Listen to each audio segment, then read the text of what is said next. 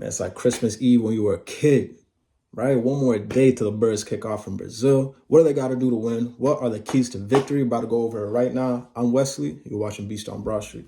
Yeah, reporting live from the underworld, coming from a place that's never been unearthed.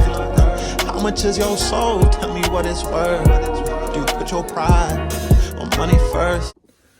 Look, do the Ravens and the Chiefs play tonight? Yes. Is that a great game? Absolutely. Am I excited for it? And am I going to watch it? Of course. Okay? But the difference is just the excitement level, the anxiety. For me, the regular season does not start until tomorrow, man. That's where my head's at. I don't even know how I'm going to really be able to go into work and have, and think about that. I'm going to be mine on the Birds all day. Doesn't matter what I'm doing. I'm thinking about the Birds, right? In fact, that's kind of how it was today. All right. So I got my keys to victory here. All right. I have 5, might turn to 6 because right before I started filming this video, I see the report from Zach Berman, Isaiah Rodgers out week 1, man. That makes 2 of our 53 not playing. All right. Devin White, Isaiah Rodgers. And that's crucial. And in a way that does kind of change my keys to victory a little bit. Not all the way, but slightly. All right. So before I get into my keys to victory, I just want to talk about for a second, what are we going to do with Isaiah Rodgers out? Now, it's going to have to be, I guess, really one of 2 things. All right. You're either going to get a combination of, well, not really a combination. You're either going to get Quinion on the outside, because they already said he's going to play the full. They already said he's going to play every snap on defense. So I expect that, right? I expect Quinion to be on the outside. This is just what I think would make sense. Quinion on the outside, Avante Maddox in the slot, all right, and then Slay on the opposite end, right? If not, you could maybe see Keely Ringo on the outside with Quinion working inside in the slot, or maybe a combination of both. Honestly, would not be surprising either. I'll be honest. Like a combination of these 2 scenarios. Slay's playing, so it's just a matter of who's going to be playing in the slot, and if it's going to be Quinion, Keely Ringo is going to be on the other end. Right? What I honestly think makes sense is just throw Quinion on the outside. That's where he's been playing. That's what he's used to. Yeah, he'll play the slot, and he'll have no problem doing it. And I get it, like you want to see what he can do there, but I just think it makes more sense to put Quinion on the outside, Maddox working in the slot or in the nickel, and then just have Slay on the other end. So it's tough, but luckily we had the depth at corner, right? Good thing we're deep there. Good thing we at least addressed that in the offseason. Because what could be a complete and utter disaster right now is like all right, that sucks, but time for the Rook, man. Time for the Rook to show why he's our first round pick. All comes down to that, man. So Quinion now is, has a tough, he already had a tough task, let's be honest, but he becomes now part of the key to victory, really.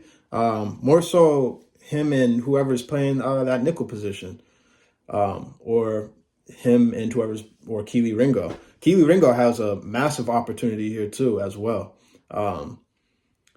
So it would be I honestly think what my actual expectation, I guess, is that it'd be a combination of both those scenarios. Maybe start Quinion on the outside, say opposite, with Maddox in the slot or in the nickel, and then then kind of work Quinion into the nickel as a game, maybe as like a matchup scenario, and then throwing Keely Ringo like on the outside as like a rotation. I don't know. All right, but I just feel like realistically that would be my expectation as to what happens, but we'll see. Um, let's get into these keys to victory. All right, because they are very crucial. Starting with number one. My number one is my number one priority too, and if I think we're all kind of thinking the same thing here, and that's going to be pass rush. Um, what we're getting from our edge rushers and Bryce Huff, Josh Sweat, even BG, Nolan Smith, like just any edge rushers, like it's going to be so important to get home here. You like, are they with? No, they were in green. I was gonna say I don't want to see Jordan Love's jersey to be white at the end of the game, but like, look, you can't like he can't have a clean pocket all game. You gotta get this guy moving. You got it like you gotta touch him, right? Like you gotta get him on the ground throughout the game. Like you make your presence known. If you're that D line, they need to come in with some attitude, man. Jalen Carter, interior pass rush, Jalen Carter, Millen Williams, whoever. Uh, Again, man, just got to get home because now, especially with Quinyon playing all the defensive snaps, it makes it even more important. If it already was, but like it just more of an emphasis on the pass rush now because you don't want him to lose any type of confidence. Not that I'm really worried about him losing confidence. He's a rookie, but at the same time, if you're not getting home and he's gonna have to be covering guys for what 6 7 seconds, like come on, man, like you gotta like that pass rush has to get home. Like it's so important. That is my number one priority, my number one key to victory. You gotta get to the quarterback. You gotta get to Jordan Love and make you speed up his clock. All right, and then in turn your defensive backs will most likely have a good day. Maybe Slay makes a play. All right.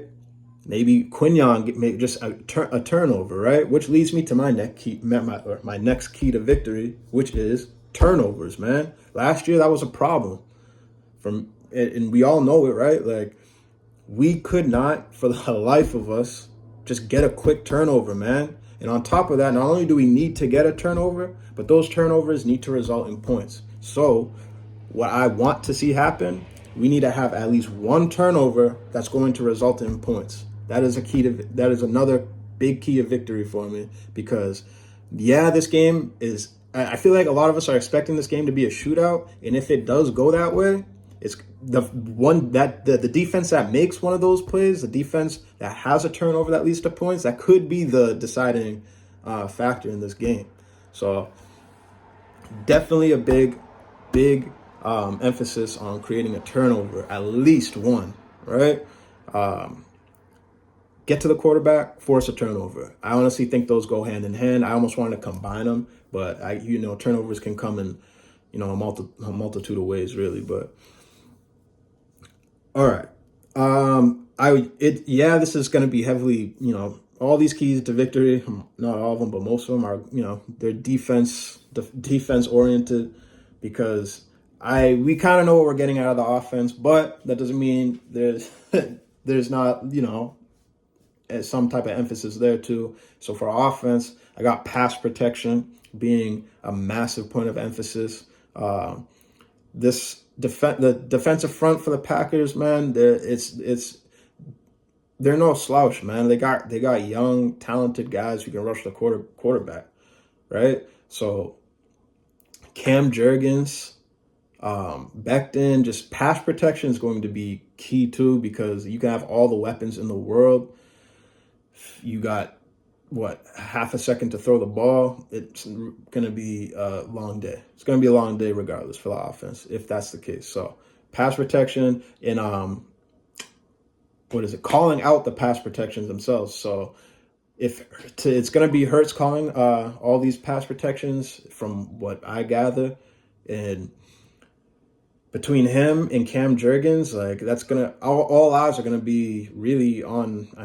if you're, like an avid football fan, you really pay attention to the game, you're going to be watching Cam Jerkins. You're going to want to see how he's doing, not just in the run game. How does he hold up in pass protection, right? Again, that interior pass rush too for Green Bay is pretty good. This is a big test for a new offensive line who's missing Jason Kelsey, a Hall of Fame center. Just something to look out for, like a big thing to look out for. I know a lot of our emphasis and focus has been on defense, but that is going to play a major role too, man. Like, how is this O-line going to hold up there? I'm not really concerned about them run blocking, so which now kind of leads to my next point is play calling and blitz counters. So establish a run game, yes. Obviously, we gotta get Saquon going, but you know what they're gonna do, especially after last season, man. This whole narrative that you can call a zero blitz on Hurts, and that's how you beat Hurts. Hurts is awful against cover zero, and we gotta dead that, man. Dead that because we all know, especially watching that game against Todd Bowles in the playoffs last season, where they're just sending the house every time. We're calling plays that take forever to develop, going vertical up the field, we as Eagles fans all know that, but this silly narrative that Hurts can't read a blitz, or he struggles against cover zero is silly to me, first and foremost, but that's just a matter of play calling. So blitz counters is going to be huge, man. Honestly, I feel like we have a Jahan Dotson. I would not be surprised if he just has like an immediate breakout game week one, because if they're going to be sending the house, and if he's going to be our wide receiver 3, especially in the slot, you want AJ on that slant route. That's all day, but you got to call the play for that to happen. You got to call the correct blitz counters. I can't bear to see that again. So play calling is massive. And honestly, it's kind of really all I have for the offensive side of the ball as far as our keys to victory. They got to have some blitz counters, and pass protection's got to hold up. And if that happens, there's absolutely no reason we don't put up 30 points at the very least, right? And I like, in just moving back to defense, stopping the run, it's an obvious key to victory. In fact, a lot of these are obvious key to victories, like a pass rush and just stopping the run. All that comes at the front lines and the trenches. If we come out slow and we get behind early, right, Josh Jacobs is going to be a problem. Right, and you got to be tackling this guy. You got to be, like I said, you got to come out with your head on fire. We know Devin White's not playing. It's going to be Dean and Vaughn. At least that's what I expect. And they got to be intense all game, man. Did you see Josh Jacobs coming through that hole, man? So you gotta make him feel it, man. Got to get that guy down. It's not an easy task. So gang tackling. Guys got to be swarming to the ball at all times. Just something that's like you would think is obvious, an obvious key to victory, but as we saw from last year, that can't be a weakness this year. That's got to be. In fact, that's got to be one of the identities of this defense if they're going to be a good defense at all. They got to have, like I said, they got to have that attitude. They got to be ready to. To tackle, to hit somebody, man. So that's another one of my keys to victory. Also, and I already said it, but yeah, coming out, not only offensively but defensively, just coming out on like hot, coming out on fire, man. Like at least you can't come out lazy. At the very least, like you can't come out slow. They come out slow, they're going to start slow, and this is not a team you want to start slow against, especially in Brazil. Like, it's it's foreign territory for everyone. I don't care how much they try to dress it up as an Eagles home game. It's not. So they better come out. They better come out hot, man. They better come out heads on fire.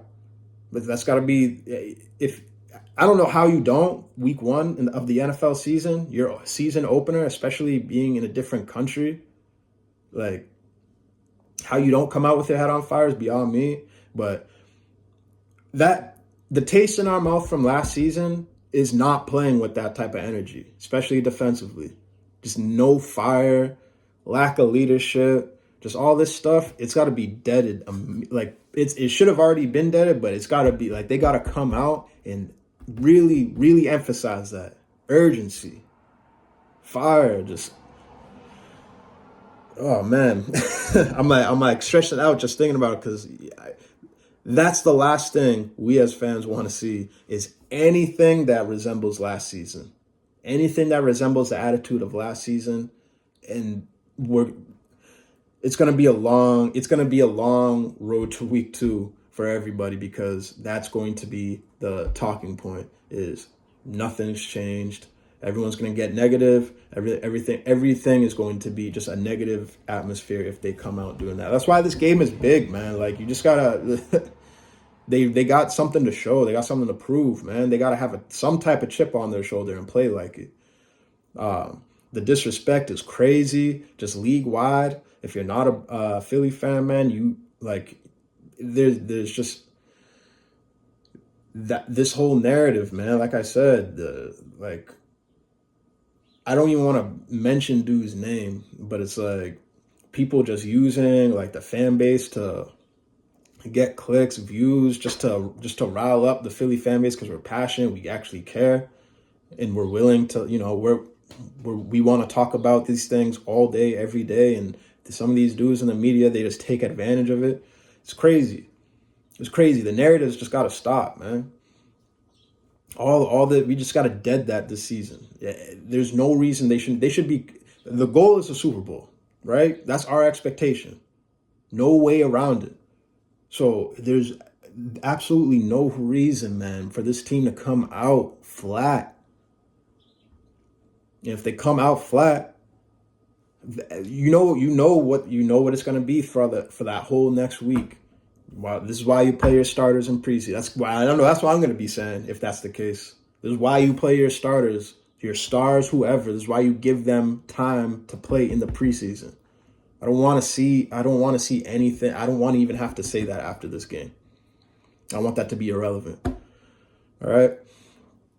But I can't help but think because that's something that for me just doesn't make sense. So it's a worry now. It's a concern of mine now because since those stars haven't played, now I'm like, all right, well, are they going to come out on fire? Is it going to be sloppy? Is it going to be slow, like a slow grind to get back into, regular season form? I don't want to have to deal with all that week 1 and a game that's honestly a big game. Like it's early. Yeah. Long season. Sure. It's a big game. Playoff implications.